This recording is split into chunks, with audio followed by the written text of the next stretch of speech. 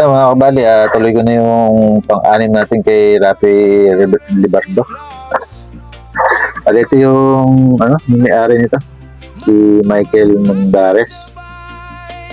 Sabi niya dito, nabasa boss, pakibalik na lang po sa dati. Kaya natin kung ano yung nangyari sa loob, nabasa rin daw to. Ito muna yung natin, yung unit natin.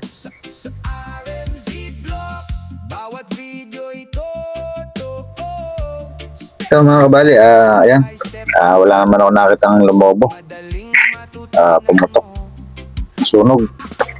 So testingin muna natin, di muna ako nag-test ng mga parts. Ano naman ang laging ginagawa natin, tinetesting muna natin kung talagang tutunog siya o hindi. So bali, test valve lang muna ilalagay ko. Ayan, ito muna. Ayan, mahina yung ilaw, tapos mahina ang tunog. Tumutunog naman siya, mahinang-mahina. Tanggalin natin yung yung isang output natin. Tingnan natin kung mawawala ilaw. Ayan, ilaw. Parang hindi ganong nawawala yung ilaw natin. Meron pa rin. Tingnan natin yung spark kung meron. Meron naman. Ayan. Hindi na natin testingin sa sa direct. Bukayan natin. Tagpagin muna natin sa 500 dahil di tayo sigurado. Ito, ko na. Ayaw. Ang tunog. Balitin na natin testingin. Matagal. Hanapan na natin ng problema. Ayan, una natin check dito yung mga check na may signal naman siya dahil lagi spark yung ating output. Dahil dito na tayo mag-check. Check natin yung capacitor. Saka ito natin, pulsator cap. Baka mahina na. Ayan, testering ko lang. Maraming salamat sa tiwala ninyo. Patuloy ang serbisyo para sa inyo. Like, follow at share. Mga kabali, tinanggal muna natin yung capacitor. Hindi natin ma-reading. Kaya pala, puno pala siya ng carbon. Yan. Check ko rin dito yung pulsator cap natin. Kung may reading pa to, kaya tayo makukuha. Pali, yan muna tinesting ko. Ito yung nito lang testing yung capacitor dito. Nalapad. Ito. Yun, bali wala na tayong ma-rating. 142 nanofarad na lang. Dapat yan microfarad. Tanggalin ko rin yung capacitor na to. Tingnan natin kung ganun pa rin reading niya pag nakakatanggal na siya. Bali ito, testing natin kung buo pa. Sa-tester ko kasi nag-reading naman siya. Natin kung magpo-ponto pa siya. Meron. Isa. Nagka-charge naman siya. Okay, parehas. Ito, baka kaya ayaw tumunog dahil dito sa natin, sa capacitor natin, pulsator cap. Tanggalin ko lang.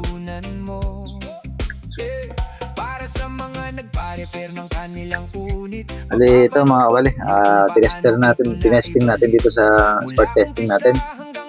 Ayaw niya mag-charge ng mataas. Hina ng pisik. Yan, bali ito yung isang pinagmulan.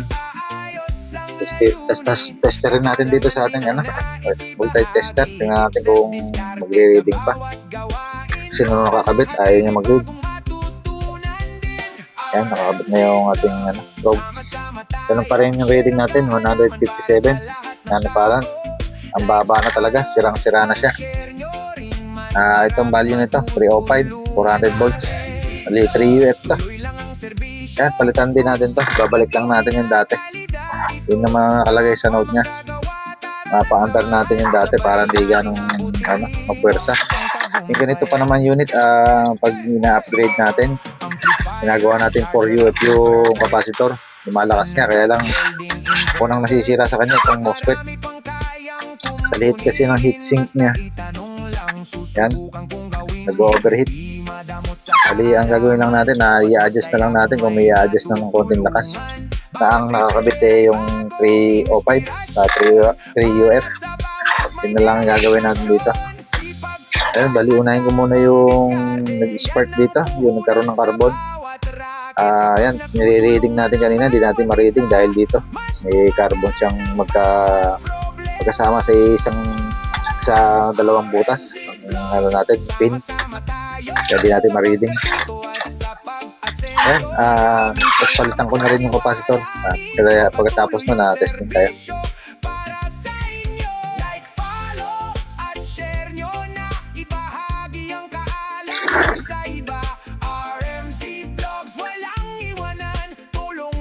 Ito mga kabali, napalitan na natin ng capacitor. Medyo malapad nga lang yung nailagay natin. Pero same lang din naman sila.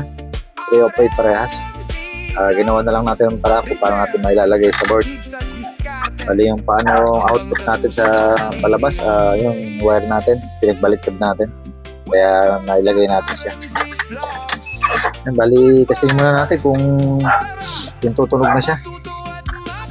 Spark lang muna. Tingnan natin kung may reaction sa ilaw. At bigyan natin din ng mic. Tingnan natin kung tutunog na siya. Tawang ko na.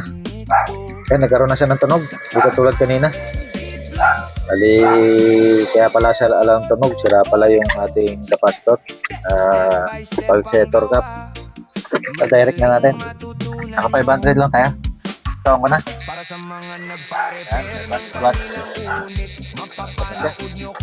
Yan natin, sagad na pala yun. Yan. Bali yan, dito na tayo mag-upgrade. Try natin mag 1K kung kaya. Kaya naman. Sa 1K meron tayo 25 amps. Tingnan natin kung may lalakas pa natin. Yan. Meron tayong 46 amps. Yan. Sinagad na lang natin yung trimmer sa loob.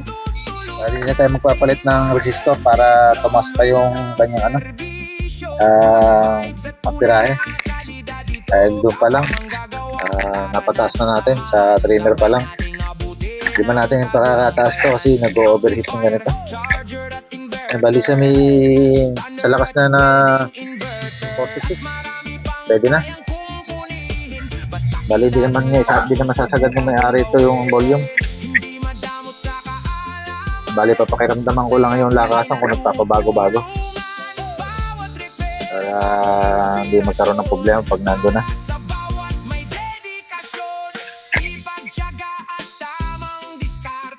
Okay naman. Nandun pa naman yung flip-flop niya. Okay.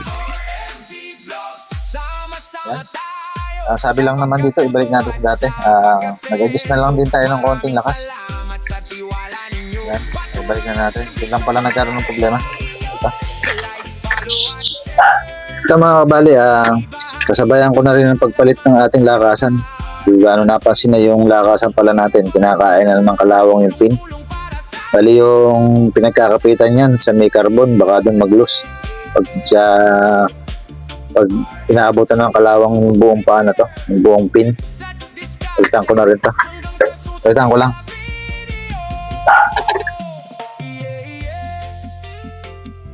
Welcome sa RMZ Vlogs. Good vibes. Tara, matutuwa. Ito mga kabali, napalitan na natin ng lakasan ito. At saka yung trimmer natin. Direkta na natin. Sinagad natin ng Mali lang ang pinalitan natin. Tapos naglagay na rin ako ng alambre natin sa inductor para gumanda-ganda yung tunog. Tuwang ko na. Yan.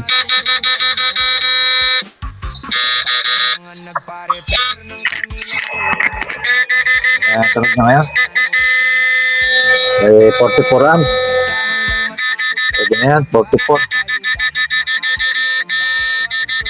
Yan, bali dito sa sabi ko na ito. Bali dito sa 98 na na kulay blue na mini. Yan, hanggang dito na lang, okay na. Ay balik na natin sa dati.